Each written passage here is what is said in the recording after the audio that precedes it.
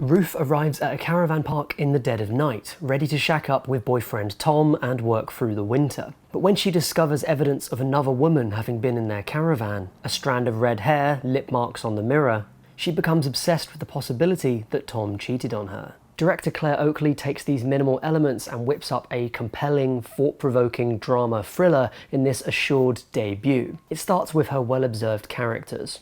Ruth, expertly played by Molly Windsor, is this complex, intriguing character.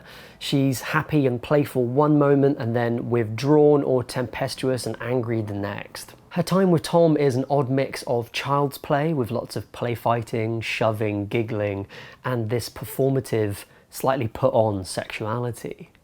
The couple's relationship is pretty fraught.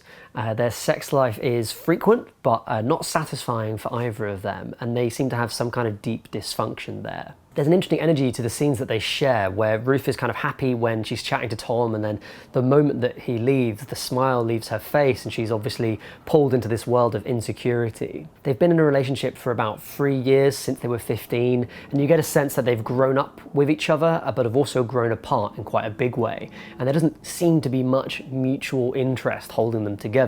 It just feels like a force of habit. Most of that comes out in a conversation with Jade, another woman working in the caravan park, who becomes suspect number 1 in Ruth's quest for the red-headed interloper.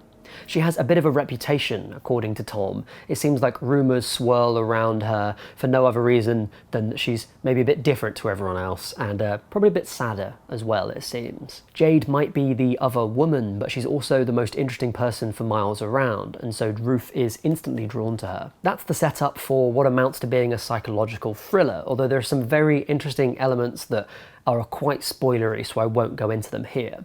Suffice to say that Oakley's biggest win is in the last third of the movie, where she performs an act of storytelling alchemy that really shouldn't work, and yet somehow is the complete point of the film and what ties it together. It's a very clever and well-assured bit of filmmaking. Makeup was created under the UK iFeature scheme, and as such it's quite obviously a low-budget film, but cinematographer Nick Cook works closely with Oakley to create these startlingly atmospheric images at points. You go from this dark, dreary midnight arrival in the caravan park to the bright, plastic-wrapped caravan that's being fumigated in a very kind of pivotal sequence of tension in the later part of the film. With those striking visuals, makeup really punches above its weight, and the other thing that really struck me about it was that versus a lot of other low-budget psychosexual thriller dramas that seem to forget that they're supposed to be thrillers as well as dramas, there isn't a really slow first half where you're just kind of finding out about the characters and their neuroses.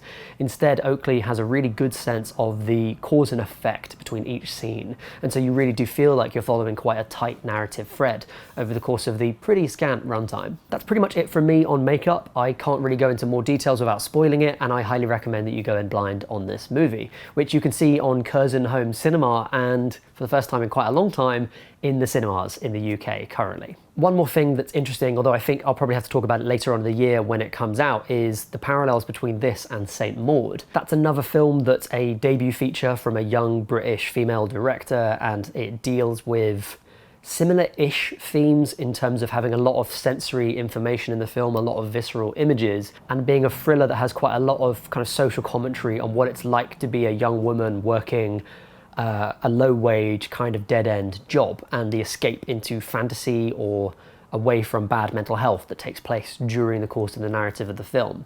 They're very different movies, and St. Maud hasn't come out yet, so I don't really feel like I can fully pull out those parallels, but there is an interesting thread to find between them. That's it from me, but as ever, I'd love to hear what you thought about makeup in the comments below, so do check it out and then let's have a chat. Have a good one. Bye for now.